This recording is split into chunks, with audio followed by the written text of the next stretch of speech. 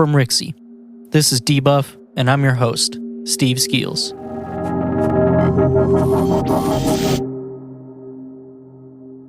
Today I'll be talking about The Last of Us Part 2, EA Play, and Cyberpunk 2077's delay.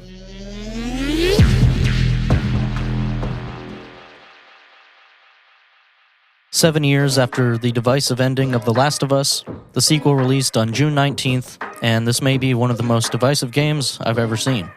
On Metacritic, the current critic score is 95, while its user score is a 3.6. Without getting into spoilers, the sequel takes place 5 years after the first game, where Joel and Ellie have settled down in Jackson, Wyoming. Having found a place of community, they seem to live a good life. However, after a tragedy takes place in Jackson, the player takes control of Ellie as she sets out to Seattle for revenge. The game has taken the good aspects of the original's gameplay and built upon them. It got rid of some of the repetitive things we found in the original, and basically improved the rest of it. Combat is crisper than ever, with some of the clunkiness of the original sanded down into a smoother experience. Features have been expanded, with new items, upgrades, and enemy types to freshen things up. Also, the exploration has been greatly improved. While the game is not open world, there are some sections that are a lot more open than you might expect, and this goes for both the map and the player's options in tackling it. The game still plays out in a fairly linear fashion, but there are multiple points where you can decide what you want to explore, or if you want to avoid certain encounters as you make your way through. It's still a game about limited resources and making use of what you have, so it works out really well that you can try to avoid combat until you get more ammo or crafting materials and feel comfortable taking it on. From what I've seen, I think most people agree that the gameplay is fun. I think it feels great, and it's certainly some of Naughty Dog's best work.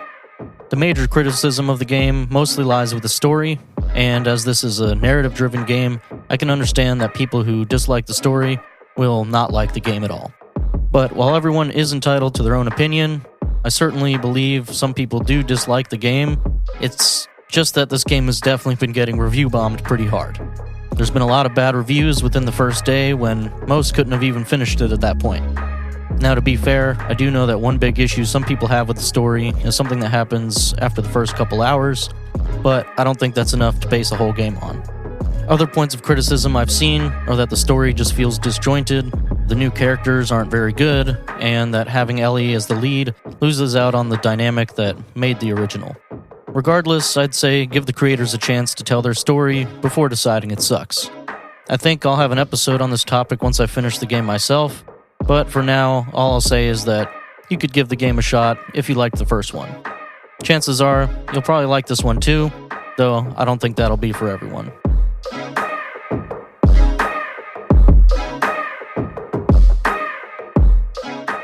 EA just had their EA Play event, and I'm honestly pretty surprised. They're a big publisher, but they had more than I was expecting, though I would have liked to see more of each game they talked about. To start this off, I think we have to mention the announcement for another Skate game. This has been a long time coming. For whatever reason, they haven't made another one since Skate 3 10 years ago. Some games have tried to do something similar, but I don't think anything has taken its place. After this announcement, I've seen both the skating and video game communities get pretty hyped. I personally know quite a few people that have been waiting for this, and I hope we get to see more of it real soon. EA has also announced It Takes Two, a cooperative platform from Hazelight, the team behind Brothers: A Tale of Two Sons, and A Way Out. It looks like another great co-op experience, and should be a fun time for anyone into games built around teamwork. There wasn't much else announced, but they did tease a few games, one from Criterion, BioWare, DICE, and Motive Studios. Of all these, I'm most excited for the fantasy game from BioWare, as I'm hoping it's a Dragon Age game or something similar. They did announce that they were working on Dragon Age before, so that's where I'm placing my bets. Aside from that, they mostly showed footage from games that we already know about, including Madden and FIFA 21, Star Wars Squadrons, Rocket Arena, and Lost in Random. Madden and FIFA are as you'd expect, but they're probably pretty exciting for fans of those series. Star Wars Squadrons looks just as good as I hoped, and I think it has more depth than I really expected. It looks like it'll be a blast to play, especially if you're into Star Wars or aerial combat games in general.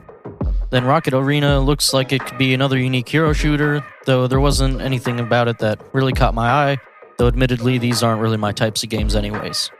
Lost in random though, this game looks pretty sweet. Looks like an action game with some kind of random component, and I think that sounds enticing on its own, but the best part is that the graphics make it look like some kind of Tim Burton story turned into a game, and I'm all for that. Overall, I think EA had a good showing, but like I said before, they didn't actually show a ton of the games. I mean, they mentioned a few, and there was some gameplay here, but I would have liked to seen a bit more. That's alright though. I don't think you can really bank on a single publisher bringing out a ton in 1 year.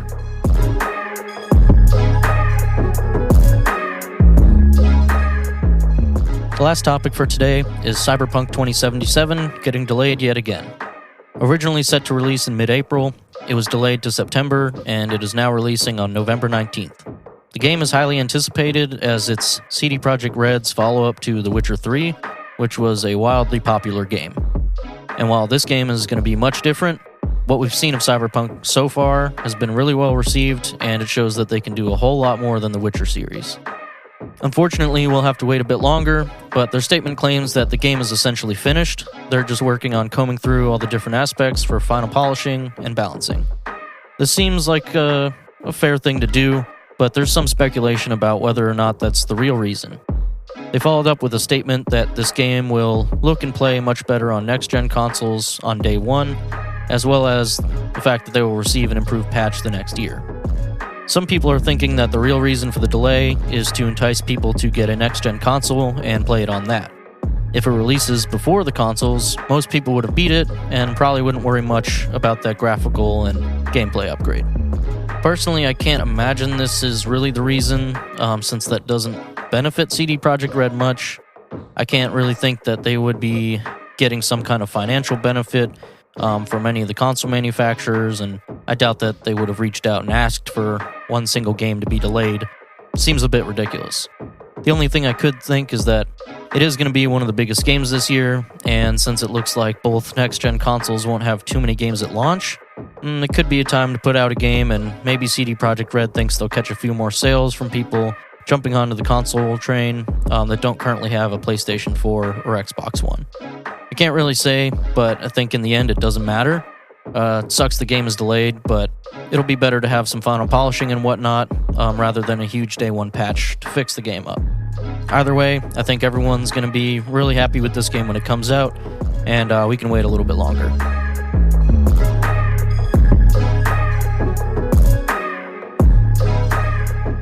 Debuff is hosted by me, Steve Skeels, edited and mixed by Mason Carlton. Follow us on Instagram at DebuffPod. That's DebuffPod. Thanks for listening. I'll see you in the next one.